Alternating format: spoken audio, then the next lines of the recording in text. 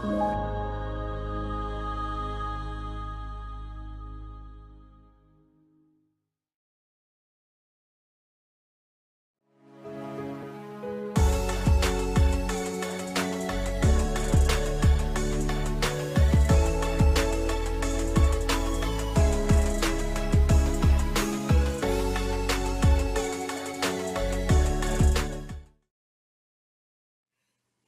everybody. We are back. We are back. We are back. Welcome to the Pink Table Talk.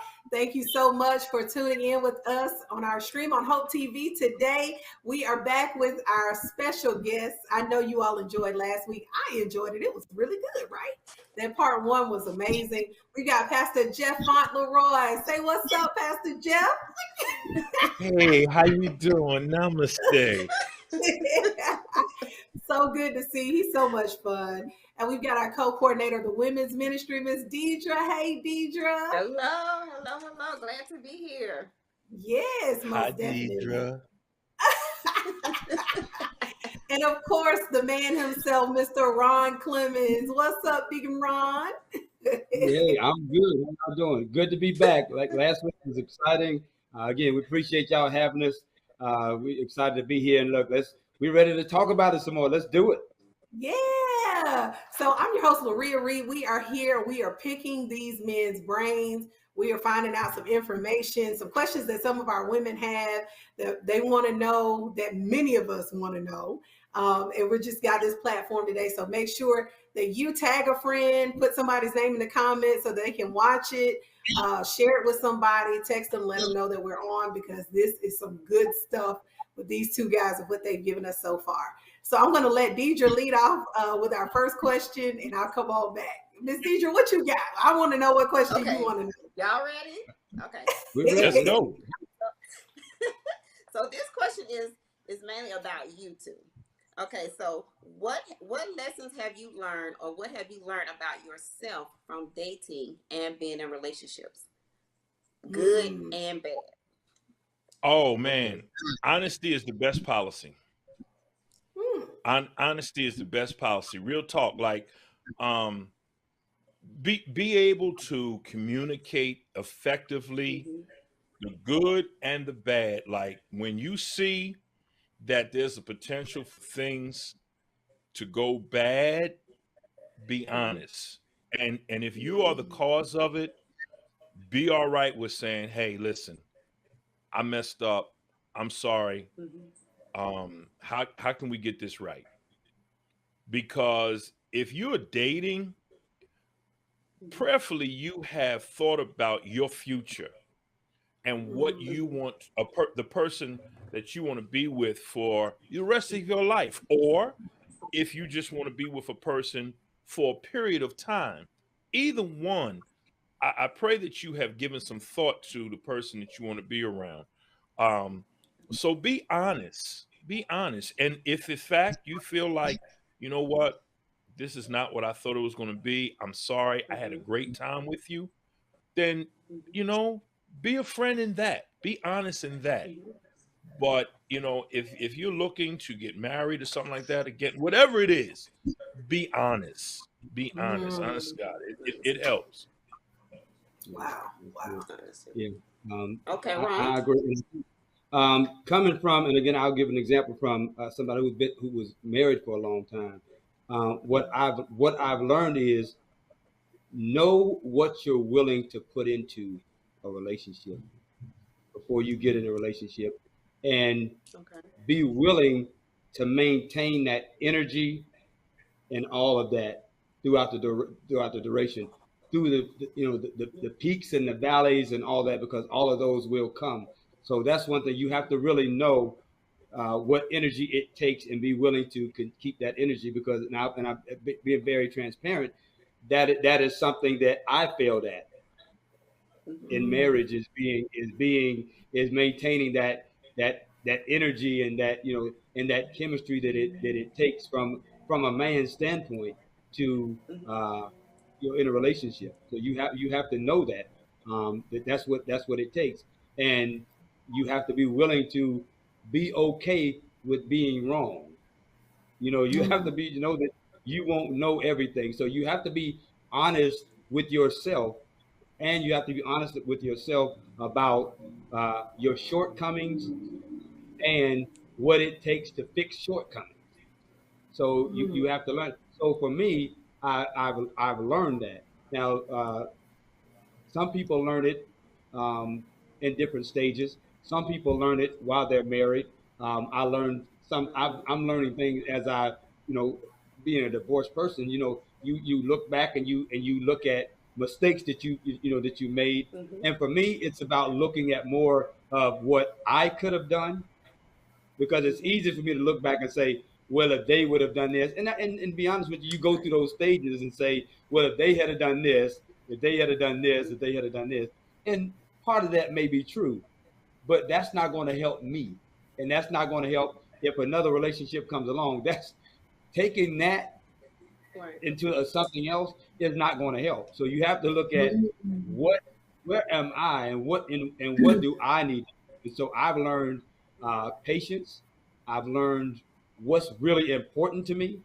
Like for me, my sons are my world, and they're older, but they're still so much a part of my. So knowing what's important and knowing what my deal breakers are, what are the red flags that just, that's not just going to work. So that's kind of the thing.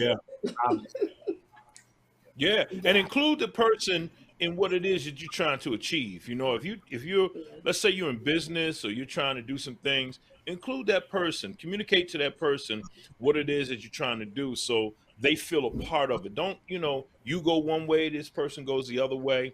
Talk about what you're trying to do. They may not be interested, but at least they know what it is that you're doing, because they may not be able to support you so much in the business, but they can take some things away from you in order for you to be successful in that. So include them in conversations about what it is that you're trying to achieve. And don't be upset if they say, well, look, that's not my thing, but what I can do is I can help you in another way. I can make sure you got peace at home. I can take care of this for you while you're doing this. But again, be honest. Added to this, two other things what I learned about myself is that I had a bigger ego than I thought I had. I wasn't as grounded, and my ego was bigger than I thought it was. And I'm just now learning that, wow, you had an ego that was bigger than it should be. So I'm learning that now. But then I learned something. What I did learn good about myself is that what I look for in somebody is not superficial. So I did, sometimes you feel you learn things that are not really great about yourself, but then sometimes you learn things that are good qualities about yourself. So one of the things I learned is that I don't really look for the superficial. That just doesn't interest me. So that's just a positive thing that I learned about myself. That it just we talked on the last show last week about the makeup and all that kind of stuff. There's nothing wrong with that, but I did learn about myself. It's just not about that. So that's a positive that I learned about myself. Well, that's good. Yeah, that's real good. Yeah, so I was talking about communication and talking, letting somebody know. And that's what I learned. I learned that, sometimes you can go so fast in what you're trying to achieve and not include the other, then, it just doesn't gel well. And then you think to yourself, wow, you know what? Let me slow down and explain what it is I'm trying to do. I like that.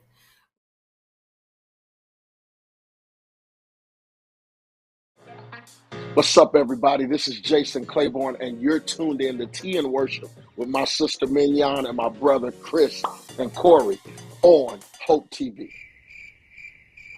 Father God, who is Chris? Did I make up a name? You said 3 hoes. You said 3 people. Chris, wait a minute, Chris.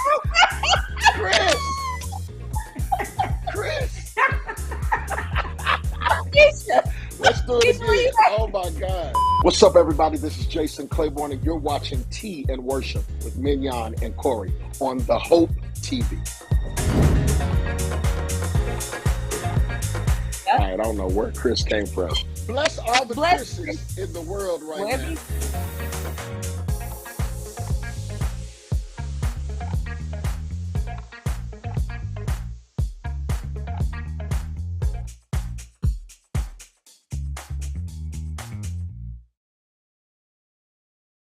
Every day, Millions of people are connecting. Father, cosplayer, Mentor. actor. It's time we take a step forward, come together, and discover how accepting our differences can make us stronger.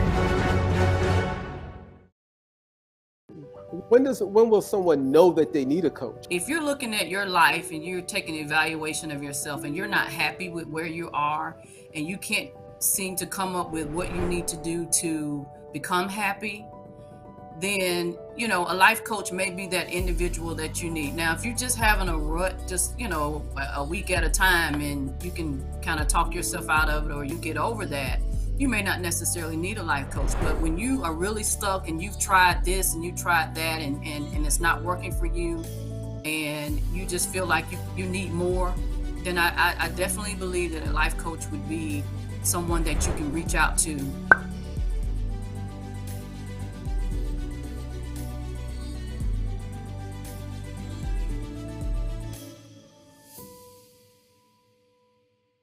Well, kind of switching gears to our single women, this is kind of a practical question about shooting our shots.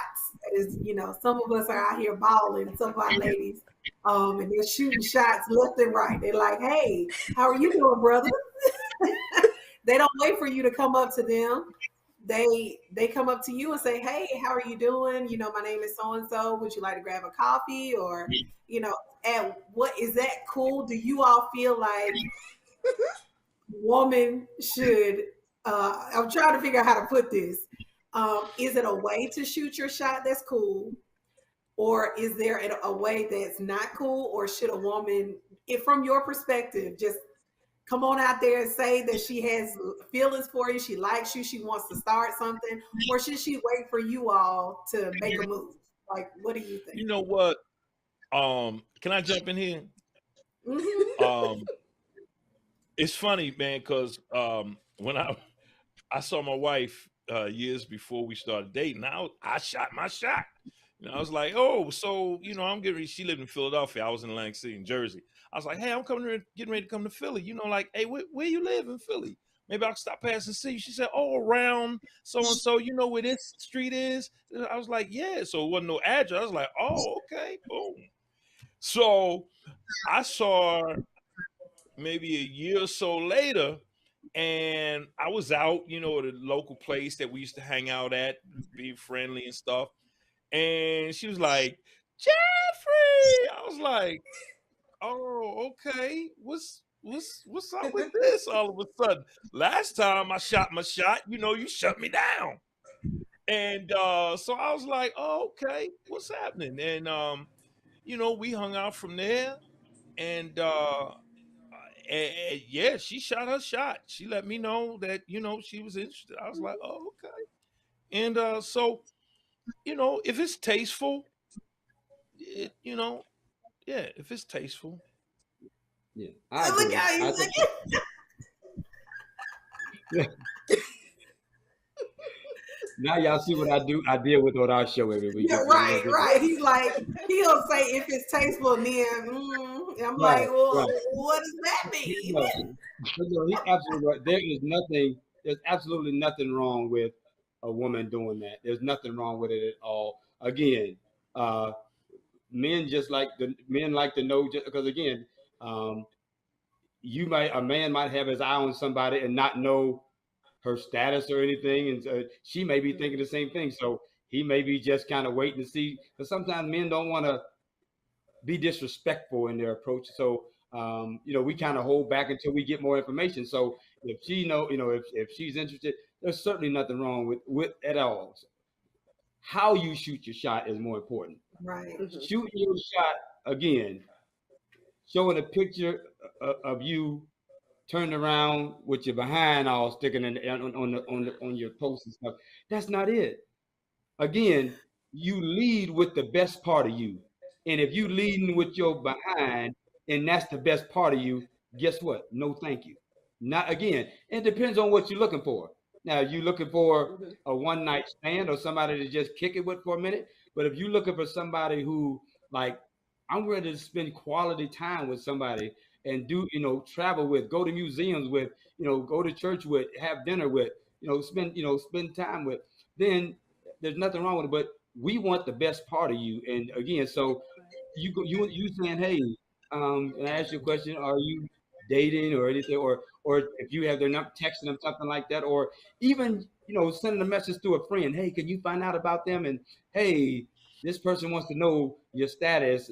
There's nothing wrong with that. We don't think less of you for that at all. We just don't, again, men who are looking for somebody to spend quality time with, we're not interested in your body and all that stuff only. Now, if we get into a relationship and it goes somewhere, we'll get to that.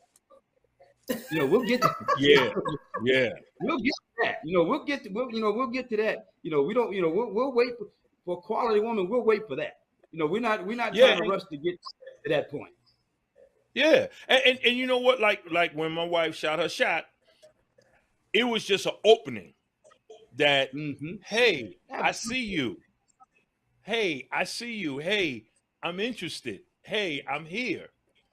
Now, the rest was on me.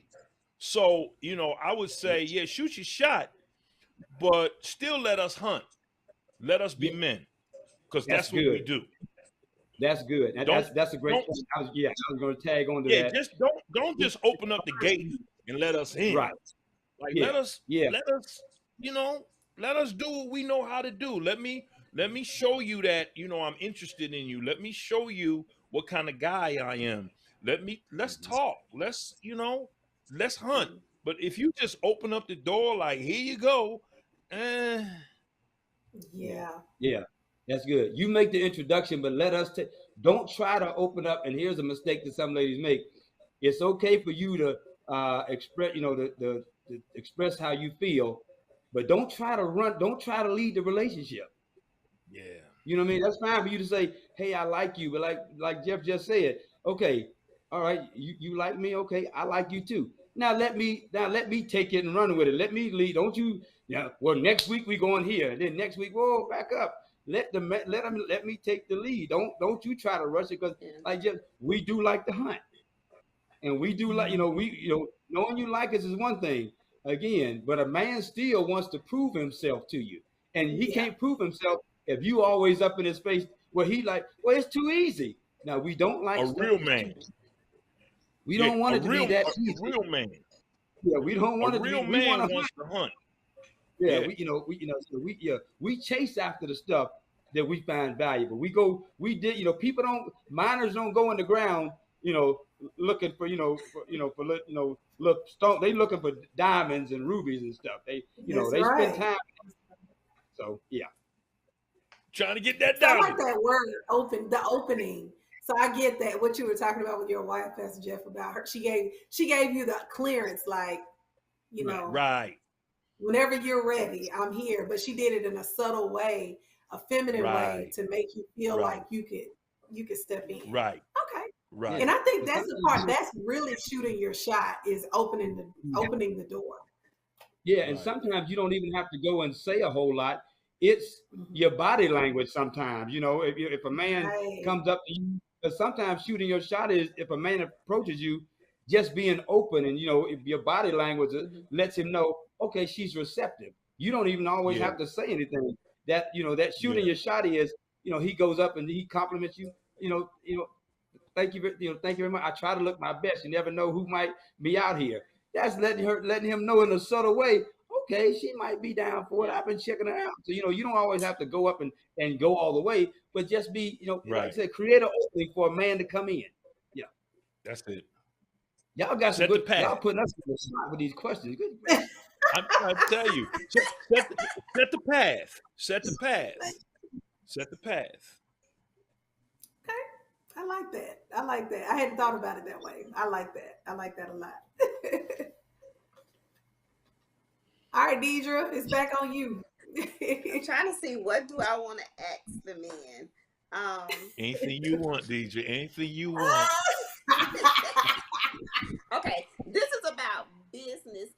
relationships. Okay. So how do you feel about business and relationships together? Do you think that would put stress on the relationship because you're with the person all day long? Now we got to come home and now we got to be husband and wife, do the kids and all of that. But the business has been stressful. You know, how do you feel about that? Do you think that takes a toll on a relationship, a marriage, because you're together all the time? You know, Wow. so it's never like any away time to give the person Yeah, time you to gotta, miss you gotta, or you gotta learn how to balance that. My wife and I, we had a UPS franchise back in Jersey, and she ran it during the day, and then I came in after I got off. I was an officer, okay. and you know, when we came home, that was it. We home now. UPS is over. Okay. Store is closed. Okay. You know, we're home now. So that's something that you will have to learn how to balance and understand that when the business shuts down, which it never really does, but when you Right. get home, because we had small kids at the time, we had to do homework, track practice, or oracle contests, all that kind of stuff. So it's got to be a balance that you guys work out, and but it can be done. I've seen many successful partnerships in business, but you have to be intentional about Right. making it work and setting some boundaries. Yeah, I that's, like think, that. yes, that's it. Because you, again, like Jeff said, and I know people who have done that in business, and it can be done. But just like you said, you have to make the business day the business day, and then when the business day cuts off, there's a relationship that starts. You cannot have the relationship. You can't be the married couple. You can't be in that role in the office.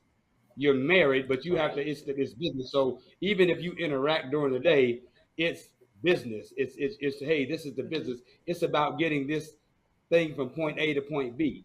Now, when the bell sounds at the end of the day, we walk out that door and you get home. It's a married couple. So I do think that now you might want to look at how you spend that day, because I don't think anybody. It's very difficult for you to spend all day long with somebody in the same space, go to lunch, go home, because there is no break from that. That can be a lot. But if you're just, there's some people that work in the same company, they work on different floors. They may not even see each other, but throughout the day, then you go home, so you don't. It feels like just a regular day. They may not ride to work together. They may just have two separate schedules.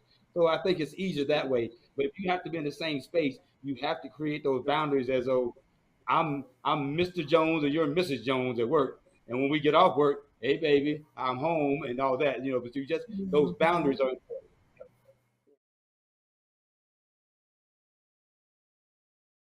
You all know him, my boy, Will Smith. His tone is a very conversational tone, and he has the ability to be a storyteller because he is a actor. And so this book was more of a page turner. I really enjoyed hearing and listening to him narrate the book. Also, I think it was a really great book because he was just so open and honest. And I mean, I don't think he really left anything out. I mean, he talked about everything in the book. And I just want to throw this out there, that this is basically one of my favorite memoirs. And you know how I feel about the other book that I have read.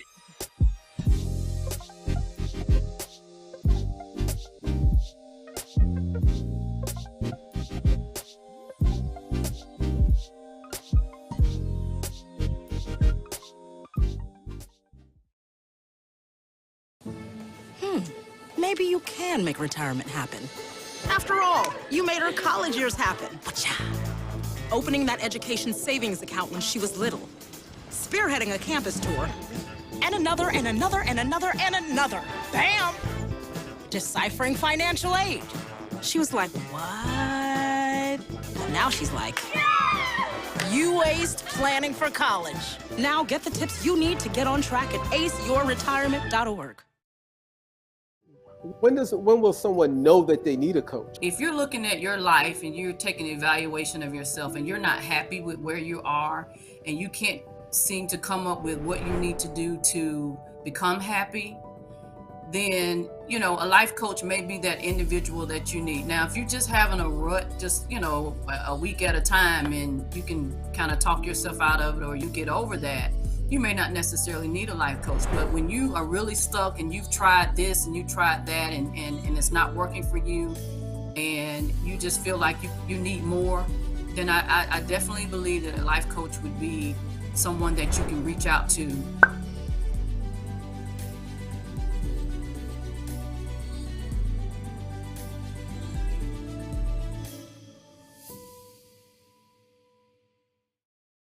One of my questions, I was having this conversation with a friend of mine, and we were talking about men who lose their wives and how quick they get back in the game, or how fast compared to women. Most men will get remarried within like 2-3 years or whatever. And somebody like my mom, my father's been deceased 10 years. She's like, I'm not remarrying. If you talk to widows, they're always like, oh, I'm done, you know, I'm through. But I've noticed with men, you guys go ahead on and get on back out there, and you'll talk about your former wife, and, you know, I miss my wife and whatever, and I love her, and I think she was the greatest woman ever. But now this is my new girlfriend, so-and-so. So my question is, never, ever doing it again. I got my dog. I got the remote. But you didn't hear the rest of my question. You didn't hear the rest of my question. My bad. So my question is, I know you all are men and you talk to other men who are widowers and all that. Why is it that you all, I know the scripture said man should not be alone. Is that really the way you feel? Like you really need to have a wife? Or is it, you know, do you all feel there's a reason why that happens compared to women? I don't know. I think they gluttons for punishment. I mean, you know, all right, I'm sorry. For me,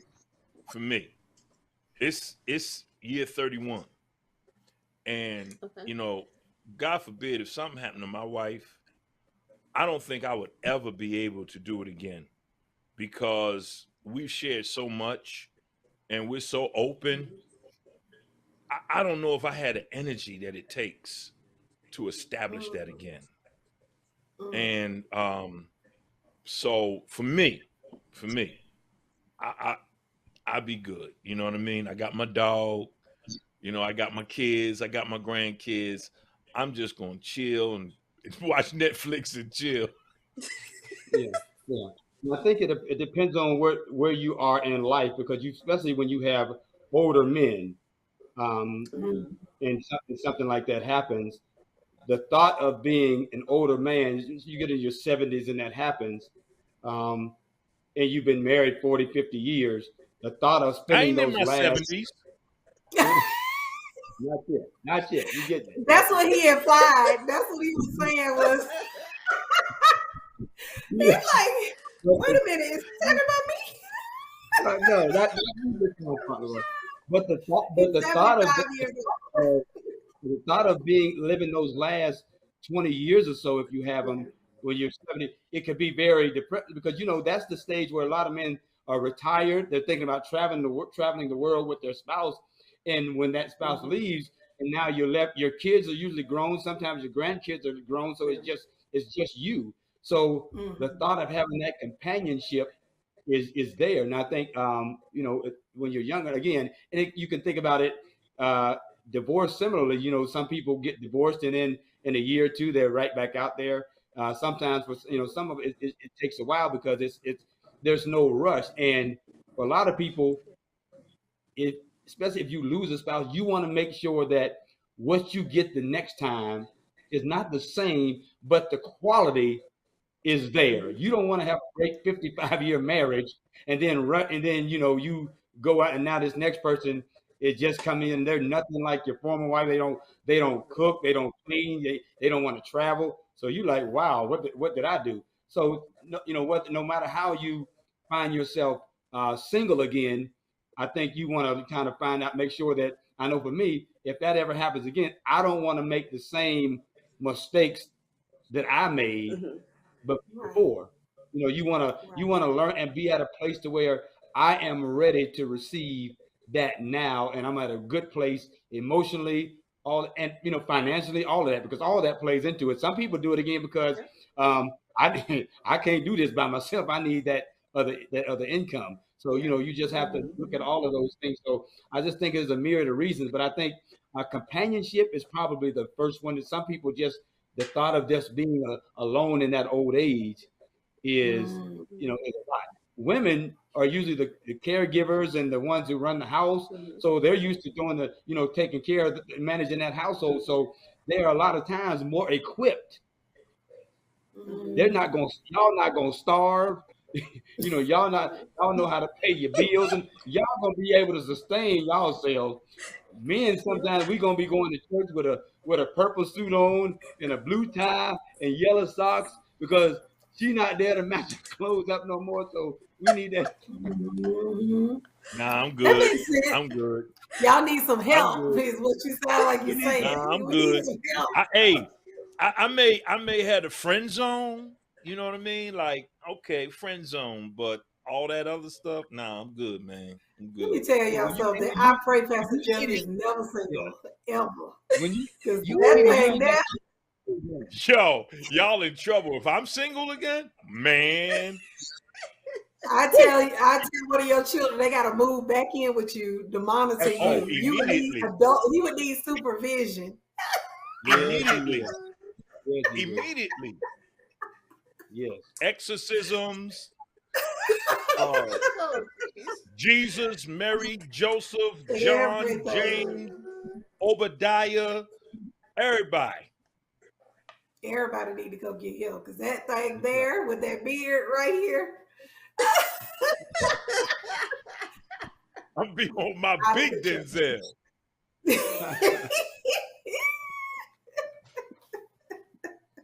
Hilarious. Deidre, you got another one? So let's see. So question. Not a question that I'm gonna ask you, but from what we've talked about and from what you've seen and heard out here, what type of encouragement or something you would tell single people dating, like warnings or encourage them to do something to where they won't make mistakes, just from what you've heard and seen out here? Because social media is not permanent. Social media is artificial. Learn how to be yourself with a person. Be honest, and before you go out and try to date somebody, know who you are. Know who you are. Have some type of idea of where you want to be in life and what it is that you want to do. And then that will kind of narrow down the type of person that you are interested in. It will put you on the same vibe of a person that will enhance what it is that you're doing. And for me, hey, I don't want to sound corny or stereotypical, but I prayed. My prayer was, Lord, listen, you know me, you know where I'm at. I need a wife, bruh. Wasn't no real theological prayer. It was like, bro, look here, doc. I need a wife. I need somebody that you send. Because if I do the choosing, it's going to be a problem. So I prayed and asked for God's guidance in what it is that was good for me and was pleasing to God. And again, try to know what it is that you're trying to do in life. And then as you're talking to that person, you'll see if that person lines up in the direction that you're trying to go to. But you can't do anything if you don't know where you're trying to go. That's true. That's good. And a lot of this stuff, to be honest with you ladies, it's not, and Jeff has a great point, but sometimes women, a lot of times, and some men, they try to make it so deep. It's really not that deep as far as what's out here. But Jeff said it, be you, be yourself, know who you are, and know your worth. And I will say this, quit valuing yourself like a Rolls Royce, but you showing hoopty mentality. You parading around like a hoopty. but you put value on yourself. Wow. You're saying you're a Rolls Royce, but if I look at your social media, look at your IG, look at your TikTok, look at your Facebook, that's hoopty behavior. Because real men, somebody worth something, we're not looking to take a hoopty home. We're looking for Rolls Royce. And that has nothing to do with how much money you have. It has to do with the quality of person you are, what you believe in, what's your values, what's your value system. And and pay attention to the red flags. Quit ignoring the red flags because you're afraid of being by yourself or you're afraid of what's out there. You know your worth. But don't act like you're worth a lot, but you don't, but you're not acting like you're worth a lot. But again, yeah, because them hoopties will break down on you, bro. I run into a few hoopties. You can't count on them. So again, just be you. Can't count on them. I'm tell you something, if a dude is into you and you're the one for him, he will take on the challenges that come along with being with you. Wow. He'll do it. He'll take on those challenges. That's real talk right there. He will. That's real talk right there. He will. He will. You may have kids. He will say, you know what? Let's just have an understanding about the kids. You may have money issues. He may have money issues. If a real dude or a real lady will say, you know what? We're going to figure it now. We got to come up with a plan because we may be in this spot. We ain't going to stay in this spot now. We're not going to do that. We got to come together. But somebody who's into you, they're going to be with you. And that's why I go back to, I said that ride or die. If you ain't willing to be a ride or die with somebody, you can keep it. You can keep it. Because it's easy when somebody's on top and they got everything going for themselves. It's easy to join the party then. But will you stay with somebody if they have nothing or lose it all? Stay away from the hoopty. It don't last long. They don't. That's right. Because like we were talking about. Y'all see manual windows, you got to roll down the manual windows and stuff. Leave them alone. Hey, that hoopty gets you around the corner, though. He said just around the corner. Not anywhere, but just around the corner. I cannot around the corner, that's all. Yeah, but that's the truth, though, because I don't think we understand how important, and from what you all have been saying from part 1 and part 2, is how important our social media pages are, because that now is like the introduction to you. And even our employers go on to see social media pages. So, what you put on there matters. And I kept hearing, you all kept saying that over and over, kept saying social media. And I'm like, okay, I'm getting the message of what you're saying. That makes a lot of sense. And I hope, ladies, you all heard that. Yeah. And nothing wrong with IG, with social media. Yeah. But let it be class. And there's nothing wrong with you having a picture. Say you go to the beach and you out there with your swimsuit on. There's nothing wrong with that. There's nothing wrong with that. But if every picture of you, no matter where it is, you have to be profiling to where, you trying to show, that's not, I'm telling you, it don't matter how fine and stuff you are. That's not the best part of you that we want. You can't build with just that.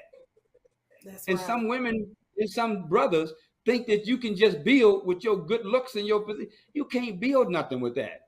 That's right. You can't. That stuff is going to shift. You live long enough or have anything happen to you, you better be trying to find somebody that if you get sick, come on, sir. That's right. Are they going to be with you? Again, Maria, your parents were married for forever, and your dad got sick. Well, guess what? Your mama, and I know both your parents, right there by his side the entire time. You better have somebody that's going to have your back, because it's not always going to be fun and games and all that. So you better know, and just said it. You better know what you're looking for in life. And if you're looking for somebody to just play with and have fun with, that's fine. But don't let somebody think that you're ready for something else, and now you out there playing games, because that's how people get hurt too. Hey, man, that's so real, man. Listen, in 2016, man, I was in the hospital on my deathbed. I stayed a month and a half in the hospital. I came home. I couldn't walk. I couldn't use my wrists. I was on all these medications, man. And my wife, I mean, she's a nurse, but man, I saw what she did, and I was like, yo, her stock went way up. We renewed that contract. That contract got renewed because I was like, okay, you still down. I mean, it was like real deal.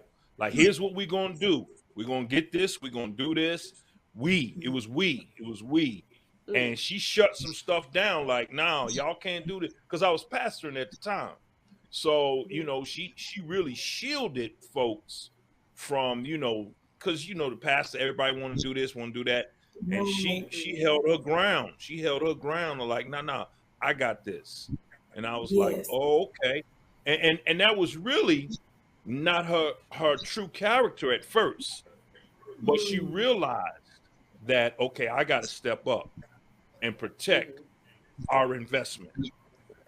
Right. So, yeah, that's why it's real important for you to know where you're trying to go and be led to somebody who you think is going down that same path. Because like Ron said, man, you ain't always going to be, you know, felt like me.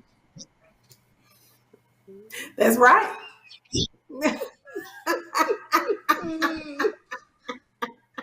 You ain't always gonna look like that. No. Everybody gotta speak all this about this takes work, man. Takes work. To look like this, right? Yeah. But y'all, look, we gotta close this thing out. I have enjoyed this thoroughly. Y'all, we're over our time, but still it's been good. Ladies, I hope that you guys have enjoyed this time. This is amazing. We're gonna have to do some more again and bring you guys back. And hopefully we can do some in-person stuff. Somebody get some help from this, you know what I mean? I pray that, you know, because I really want to see the sisters win and the brothers win. I really do. Yeah, we want to see families do well, and we want to see good people with good people. You know, that's the whole point. That's the whole thing. So, yeah, but I am so grateful you all. Jeff Fauntleroy, Deidre, of course, is here with us on the Pink Table Talk, and Ron Clemens. Y'all, this was so much fun. We're going to come back and do this another time, but I hope you all took notes. We picked these men's brains. We're going to have some more questions. Y'all know we got listen questions. So we'll bring y'all back and ask some more. But thank you all for watching the Pink Table Talk. Thank y'all for being here. And we'll see you the next time right here at Pink Table Talk, Hope TV. Love y'all.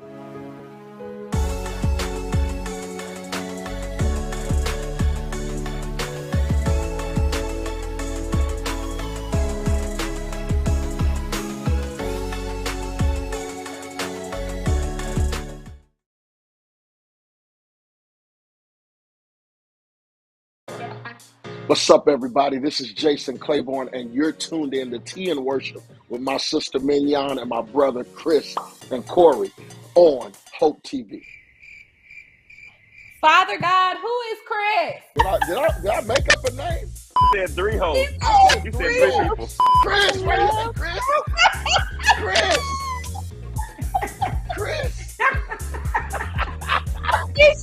Let's do it again. Oh my God. What's up, everybody? This is Jason Claiborne, and you're watching Tea and Worship with Mignon and Corey on the Hope TV. I don't know where Chris came from. Bless all the Chris's in the world right now. Bye.